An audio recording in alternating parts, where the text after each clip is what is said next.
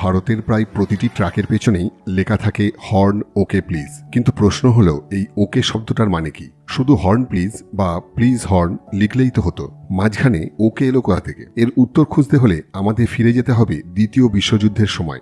1940-এর দশকে বিশ্বযুদ্ধের কারণে ব্রিটিশ সেনাবাহিনীর জন্য ভারত থেকে বিপুল পরিমাণ ডিজেল ইউরোপে পাঠানো হচ্ছিল, আর এর ফলস্বরূপ ভারতে শুরু হয় ডিজেলের তীব্র সংকট। তখন বিকল্প ব্যবস্থা হিসাবে ভারতের অনেক ট্রাক চলতে শুরু করে কেরোসিনে। কিন্তু সমস্যা হলো কেরোসিন ডিজেলের তুলনায় অনেক বেশি দাহ্য। সামান্য দুর্ঘটনা এই কেরোসিন চালিত ট্রাককে পরিণত করতে পারে একটা চলন্ত বোমায়। তাই তখনকার ব্রিটিশ সরকার ট্রাকের পেছনে সতর্কতা সূচক বিজ্ঞপ্তি হিসাবে লিখতে শুরু করে হর্ন প্লিজ অন কেরোসিন, যাতে পেছনের গাড়িগুলো সতর্ক থাকে আর নিরাপদ দূরত্ব বজায় রাখে। সময়ের সাথে সাথে অন কেরোসিন কথাটা হারিয়ে যায়, শুধু থেকে যায় দুটি অক্ষর ওকে, আর ধীরে ধীরে সেটাই বদলে যায় আজকের পরিচিত বাক্যে হর্ন ওকে প্লিজ। কিন্তু এটা এখনো জানা নেই এই ওকে শব্দটা হর্ন আর প্লিজের মাঝে লেখা হয় কেন।